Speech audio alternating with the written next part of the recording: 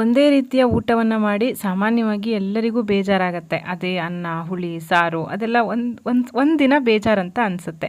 ಊಟ ಅಂತೂ ಮಾಡಲೇಬೇಕು, ಬಿಡೋದಕ್ಕಾಗಲ್ಲ. ಸ್ವಲ್ಪ ಡಿಫ್ರೆಂಟಾಗಿ ಇವತ್ತು ನಾವು ಮಾಡುವ ರುಚಿಯಾಗಿರುವಂತಹ ಮೊಸರನ್ನ, ಬರೀ ಮೊಸರನ್ನ ತಿನ್ನೋಕ್ಕಾಗತ್ತಾ? ಅದಕ್ಕೆ ರುಚಿಯಾಗಿರುವಂತಹ ಒಂದು ಆಲೂಗಡ್ಡೆ ಪಲ್ಯ ಮಾಡಿದ್ದೇನೆ. ಹೇಗೆ ಮಾಡಿದ್ದೇನೆ ನೋಡೋಣ ಬನ್ನಿ. ಅದಕ್ಕೆ ನಾನಿಲ್ಲಿ 4 ಆಲೂಗಡ್ಡೆಯನ್ನು ಸಿಪ್ಪೆ ತೆಗೆದು ನೀರಿನಲ್ಲಿ ಹಾಕಿಟ್ಕೊಂಡಿದ್ದೀನಿ. ಸಿಪ್ಪೆ ಸಮೇತವಾಗಿ ಆಲೂಗಡ್ಡೆ ತಿನ್ನುವಂತಹ ರೂಢಿ ಇದ್ದರೆ, ಇಷ್ಟ ಆಗುತ್ತೆ ಅಂತಂದರೆ ನೀವು ಈ ರೆಸಿಪಿಗೆ ಸಿಪ್ಪೆ ಸಮೇತವಾಗಿ ಆಲೂಗಡ್ಡೆಯನ್ನು ಈ ರೀತಿ ಕ್ಯೂಬ್ಸ್ ಆಗಿ ಕಟ್ ಮಾಡ್ಕೊಳ್ಳಿ. ನಾನಿಲ್ಲಿ ಸಿಪ್ಪೆ ತೆಗೆದಿದ್ದೇನೆ. ಈ ರೀತಿ ಹೋಳನ್ನಾಗಿ ನಾನು ಮಾಡಿಟ್ಕೊಳ್ತಾ ಇದ್ದೀನಿ. ಇದು ಆಲೂಗಡ್ಡೆ ಪುಡಿ ಪಲ್ಯ ಅಂತ ಹೇಳ್ಬೋದು. ಒಂಥರ ತುಂಬ ಡಿಫ್ರೆಂಟಾಗಿದೆ, ರುಚಿಯಾಗಿ ಸಹ ಇರುತ್ತೆ. ಪೂರ್ತಿಯಾಗಿ ಈ ಹೋಳನ್ನು ನೋಡಿ ಈ ರೀತಿ ಮಾಡ್ಕೊಂಡಿದ್ದೇನೆ. ಈಗ ಒಲೆ ಮೇಲೆ 2 ಲೋಟದಷ್ಟು ನೀರನ್ನು ಕುದಿಯೋದಕ್ಕೆ ಇಟ್ಟು ಈ ನೀರಿಗೆ ನಾನು ಮಾಡಿಟ್ಟಂತಹ ಆಲೂಗಡ್ಡೆ ಹೋಳನ್ನು ಹಾಕ್ತಾ ಇದ್ದೀನಿ. ಈ ಹೋಳನ್ನು ಕುಕ್ಕರ್ನಲ್ಲಿ ಬೇಯಿಸ್ಕೊಳ್ಬೇಡಿ. ಆಲೂಗಡ್ಡೆ ಕುಕ್ಕರ್ನಲ್ಲಿ ಬೇಯಿಸಿದ್ರೆ ತುಂಬ ಮೆತ್ತಗಾಗ್ಬಿಡುತ್ತೆ.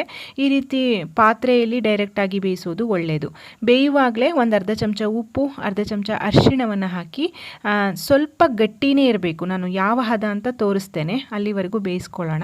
ಅಷ್ಟರೊಳಗೆ ಒಂದು ಫ್ರೈಯಿಂಗ್ ಪ್ಯಾನಿಗೆ 1 ಚಮಚದಷ್ಟು ಕಡಲೆಬೇಳೆ, 1 ಚಮಚದಷ್ಟು ಕೊತ್ತಂಬರಿ ಬೀಜ, ಅರ್ಧ ಚಮಚದಷ್ಟು ಮೆಂತ್ಯ ಮತ್ತು 1 ಚಮಚದಷ್ಟು ಸೋಂಪು ಅಥವಾ ಬಡೆ ಸೊಪ್ಪು, ಒಂದು 4-5 ಬ್ಯಾಡಗಿ ಮೆಣಸಿನಕಾಯಿ, ಇದಿಷ್ಟನ್ನು ಹಾಕಿ ಡ್ರೈ ಆಗಿ ಹುರ್ಕೊಳ್ಳೋಣ. ಈ ಪಲ್ಯಕ್ಕೆ ನಾವೀಗ ಪುಡಿಯನ್ನು ಮಾಡ್ಕೊಳ್ತಾ ಇರೋದು.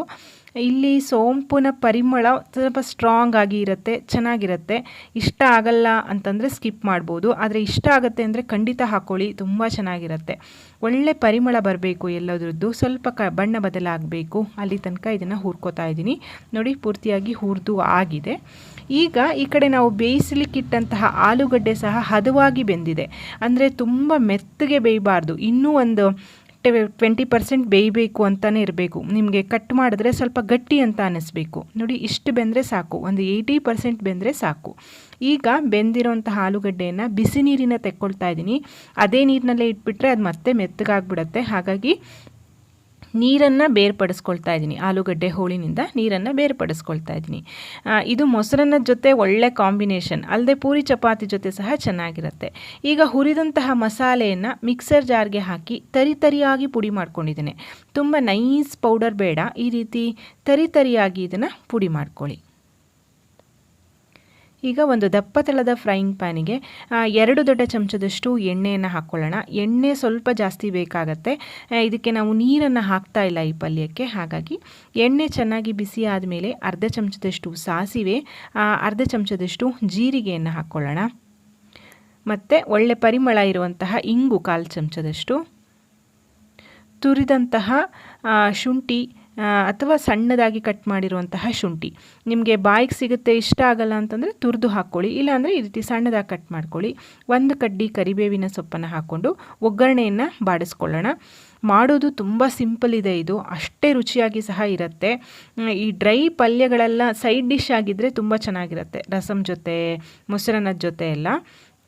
ಒಗ್ಗರಣೆ ಬಾಡಿದ ನಂತರ ಒಂದು ಅರ್ಧ ಚಮಚದಷ್ಟು ಅಚ್ಕಾರದ ಪುಡಿಯನ್ನು ಹಾಕ್ತಾಯಿದ್ದೀನಿ. ನಾನು ಪೂರ್ತಿಯಾಗಿ ಬ್ಯಾಡಗಿ ಮೆಣಸನ್ನು ಯೂಸ್ ಮಾಡಿರೋದ್ರಿಂದ ಖಾರ ಕಡಿಮೆ ಆಗುತ್ತೆ, ಮತ್ತು ಈ ಥರ ಹಾಕೋದ್ರಿಂದ ಬಣ್ಣ ಸಹ ಚೆನ್ನಾಗಿ ಬರುತ್ತೆ ಅಂತ ಹೇಳಿ ನಾನು ಒಗ್ಗರಣೆಗೆ ಹಾಕ್ತಾಯಿದ್ದೇನೆ. ಯಾವುದೇ ಕಾರಣಕ್ಕೂ ಒಗ್ಗರಣೆಯನ್ನು ಕರಟಿಸ್ಕೊಳ್ಬೇಡಿ. ಈಗ ಆಲೂಗಡ್ಡೆ ಹೋಳನ್ನು ಹಾಕಿ ನಿಧಾನಕ್ಕೆ ಇದನ್ನು ಮೇಲೆ ಕೆಳಗೆ ಮಾಡ್ಕೊಳ್ಳಿ. ಇಲ್ಲಿ ಒಂದು ಟಿಪ್ ಏನಪ್ಪ ಅಂದರೆ ಆಲೂಗಡ್ಡೆ ಮಾತ್ರ ಸ್ವಲ್ಪ ಗಟ್ಟಿಯಾಗಿ ಬೆಂದಿರಬೇಕು. ಅಂದರೆ ತುಂಬ ಮೆದುವಾಗಿ ಬೆಂದ್ಕೊಬಿಟ್ರೆ ಪಲ್ಯ ಚೆನ್ನಾಗಾಗಲ್ಲ. ನಿಧಾನಕ್ಕೆ ಇದನ್ನು ಹುಟ್ಟಿನಲ್ಲಿ ಮೇಲೆ ಕೆಳಗೆ ಮಾಡಿಕೊಂಡು ಆ ಒಗ್ಗರಣೆ ಎಲ್ಲ ತಾಗಬೇಕು. ನಂತರ ನಾವು ಮಾಡಿದಂತಹ ಪುಡಿ ಏನಿದೆ ಅದನ್ನು ಮೇಲ್ಗಡೆಯಿಂದ ಈ ರೀತಿ ನಾನು ಉದುರಿಸ್ಕೊಳ್ತಾ ಇದ್ದೀನಿ. ಎಲ್ಲ ಆಲೂಗಡ್ಡೆಯ ಹೋಳಿಗೂ ನಾವು ಮಾಡಿರುವಂತಹ ಪುಡಿ ಅಂಟ್ಕೊಳ್ಬೇಕು. ಈ ಪುಡಿಯೇ ಇದಕ್ಕೆ ಒಂದು ಒಳ್ಳೆ ಟೇಸ್ಟನ್ನು ಕೊಡೋದು. ರುಚಿ ನೋಡಿಕೊಂಡು ನೀವು ಪುಡಿಯನ್ನು ಹಾಕ್ಕೊಳ್ಳಿ. ಈಗ ರುಚಿಗೆ ತಕ್ಕಷ್ಟು ಉಪ್ಪನ್ನು ಹಾಕ್ಕೊಳ್ಳೋಣ. ಆಲೂಗಡ್ಡೆ ಬೇಯಿಸುವಾಗೂ ಸಹ ಉಪ್ಪನ್ನು ಹಾಕಿರೋದ್ರಿಂದ ನೋಡಿಕೊಂಡು ಉಪ್ಪನ್ನು ಹಾಕೋದು ಒಳ್ಳೆಯದು. ಈ ರೀತಿಯ ಕಬ್ಬಿಣದ ಫ್ರೈಯಿಂಗ್ ಪ್ಯಾನ್ ಇದ್ದರೆ ಅದರಲ್ಲೇ ಮಾಡ್ಕೊಳ್ಳಿ. ನಾನು ಅದಕ್ಕೆ ಹೇಳಿದ್ದು ದಪ್ಪ ತಳದ ಪಾತ್ರೆಯನ್ನು ತಗೊಳ್ಳಿ ಅಂತ. ಪುಡಿಯನ್ನು ಹಾಕಿ ಚೆನ್ನಾಗಿ ಮಿಕ್ಸ್ ಮಾಡಿ ಕ್ಲೋಸ್ ಮಾಡಿ ಇದನ್ನು ಒಂದು 5 ನಿಮಿಷ ಸೆಟ್ ಆಗೋದಕ್ಕೆ ಬಿಡಿ. ಆಲೂಗಡ್ಡೆ ಆಲ್ರೆಡಿ ಚೆನ್ನಾಗಿ ಬೆಂದಿದೆ, ಮತ್ತೆ ಏನು ತುಂಬ ಬೇಯಬೇಕು ಅನ್ನೋ ಅಗತ್ಯ ಇಲ್ಲ. ಮಸಾಲೆಯಲ್ಲಿ ಆಲೂಗಡ್ಡೆ ಹೋಳು ಹೊಂದ್ಕೊಂಡ್ರೆ ಆಯಿತು. ನೋಡಿ, ಒಂದು 5 ಮಿನಿಟ್ಸ್ ಮುಚ್ಚಿ ಬೇಯಿಸಿದ್ದೇನೆ. ಒಳ್ಳೆ ಪರಿಮಳ ಬರ್ತಾ ಇದೆ, ಆ ಸೋಂಪಿಂದು, ಧನಿಯಾದ್ದು, ಜೀರಿಗೆದು ಎಲ್ಲ. ಈಗ ಚೆನ್ನಾಗಿ ಮಿಕ್ಸ್ ಮಾಡಿಕೊಂಡು ಸಣ್ಣದಾಗಿ ಕಟ್ ಮಾಡಿರುವಂತಹ ಕೊತ್ತಂಬರಿ ಸೊಪ್ಪನ್ನು ಹಾಕ್ಕೊಳ್ಳೋಣ. ನೋಡಿ ಎಲ್ಲ ಹೋಳಿಗೂ ಆ ಪುಡಿ ಅಂಟ್ಕೊಂಡಿರಬೇಕು, ಆವಾಗಲೇ ಅದು ನಮಗೆ ರುಚಿಯಾಗಿರುತ್ತೆ. ಇದಕ್ಕೆ ನಾನು ಹುಳಿಯನ್ನೆಲ್ಲ ಹಾಕ್ತಾ ಇಲ್ಲ. ಬೇಕಿದ್ದರೆ ನೀವು ಒಂಚೂರು ನಿಂಬೆಹಣ್ಣಿನ ರಸವನ್ನು ಹಾಕ್ಕೊಂಡು ಮಿಕ್ಸ್ ಮಾಡಿಬಿಟ್ರೆ ರುಚಿಯಾಗಿರುವಂತಹ ಆಲೂಗಡ್ಡೆ ಪುಡಿ ಪಲ್ಯ ತಯಾರಾಯಿತು. ತುಂಬ ಟೇಸ್ಟಿಯಾಗಿರುತ್ತೆ, ಟ್ರೈ ಮಾಡಿ ನೋಡಿ. ಈಗ ಒಂದು ರುಚಿಯಾಗಿ ಮೊಸರನ್ನ ಮಾಡೋಣ. ಸಾಮಾನ್ಯವಾಗಿ ನಿಮಗೆಲ್ಲ ಗೊತ್ತಿರುತ್ತೆ, ಆದರೆ ನಾನು ಮಾಡುವಂತಹ ವಿಧಾನವನ್ನು ತೋರಿಸಿಬಿಡ್ತೇನೆ.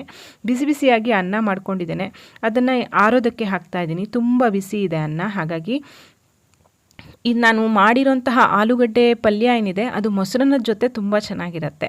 ಒಂದ್ಸಲ ಇದನ್ನು ಹುಟ್ಟಿನಲ್ಲಿ ಈ ರೀತಿ ಮ್ಯಾಶ್ ಮಾಡ್ಕೊಳ್ಳಿ. ಅನ್ನ ಸ್ವಲ್ಪ ಮೆದುವಾಗಿ ಮಾಡಿಕೊಂಡ್ರೆ ಮೊಸರನ್ನಕ್ಕೆ ಚೆನ್ನಾಗಾಗತ್ತೆ.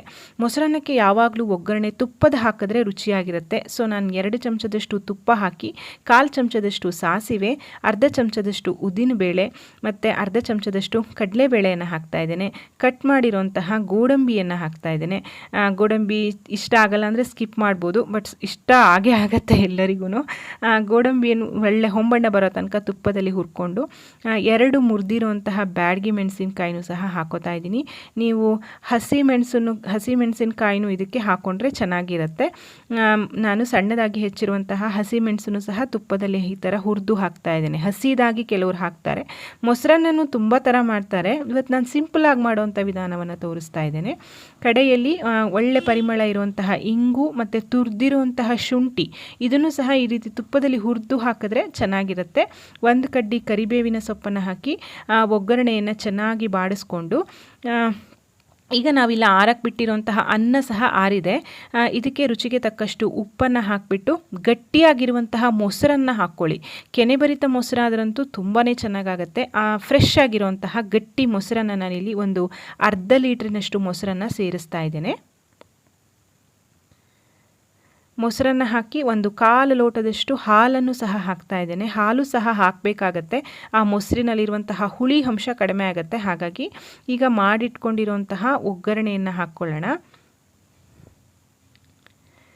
ಈಗ ಚೆನ್ನಾಗಿ ಇದನ್ನು ಕಲಿಸ್ಕೊಳ್ಳೋಣ. ಮೊಸರನ್ನ ಸ್ವಲ್ಪ ತೆಳುವಾಗಿ ಇರಬೇಕು, ತುಂಬ ಗಟ್ಟಿ ಇದ್ದರೆ ಅಷ್ಟು ಚೆನ್ನಾಗಾಗಲ್ಲ.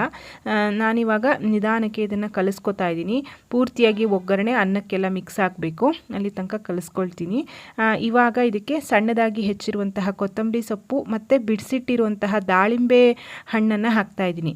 ಇದು ಸಹ ಆಪ್ಷನಲ್, ಆದರೆ ಮೊಸರನ್ನಕ್ಕೆ ದಾಳಿಂಬೆ ಹಣ್ಣು ಹಾಕಿದ್ರೆ ತುಂಬ ಚೆನ್ನಾಗಿರುತ್ತೆ. ಹಾಗಾಗಿ ನಾನು ದಾಳಿಂಬೆ ಹಣ್ಣನ್ನು ಹಾಕಿ ಸಣ್ಣದಾಗಿ ಹೆಚ್ಚಿರುವಂಥ ಕೊತ್ತಂಬರಿ ಸೊಪ್ಪನ್ನು ಹಾಕಿ ಮಿಕ್ಸ್ ಮಾಡ್ತಾ ಇದ್ದೀನಿ. ರುಚಿಯಾಗಿರುವಂತಹ ಮೊಸರನ್ನ ತಯಾರಾಯಿತು. ನಾನು ಮಾಡಿರುವಂತಹ ಪಲ್ಯದೊಟ್ಟಿಗೆ ಮೊಸರನ್ನ ಮಾಡಿಕೊಂಡು ಊಟ ಮಾಡಿ ನೋಡಿ, ತುಂಬ ಟೇಸ್ಟಿಯಾಗಿರುತ್ತೆ. ನಾನು ಆಗಲೇ ಹೇಳಿದಾಗೆ ದಿನ ಅನ್ನ ಸಾರು ಹುಳಿ ತಿಂದು ಬೋರ್ ಆದಾಗ ಈ ರೀತಿಯ ಊಟವನ್ನು ಖಂಡಿತ ಒಮ್ಮೆ ಟ್ರೈ ಮಾಡಿ ನೋಡಿ. ನೋಡಿದ್ರಲ್ಲ ಫ್ರೆಂಡ್ಸ್, 2 ವಿಡಿಯೋಗಳು ನಿಮಗೆ ಇಷ್ಟ ಆಗಿದೆ ಅಂತ ಅನ್ಕೋತೀನಿ. ಇಷ್ಟ ಆಗಿದ್ದರೆ ದಯವಿಟ್ಟು ವಿಡಿಯೋಕ್ಕೊಂದು ಲೈಕ್ ಮಾಡಿ, ವಿಡಿಯೋವನ್ನು ನಿಮ್ಮ ಫ್ರೆಂಡ್ಸ್ ಆ್ಯಂಡ್ ಫ್ಯಾಮಿಲಿ ಜೊತೆ ಶೇರ್ ಮಾಡಿ. ಮತ್ತೊಂದು ರುಚಿಯಾದ ಅಡುಗೆಯೊಂದಿಗೆ ಮತ್ತೆ ಬರ್ತೇನೆ. ಅಲ್ಲಿವರೆಗೂ ಧನ್ಯವಾದಗಳು. Thank you for watching. Thank you.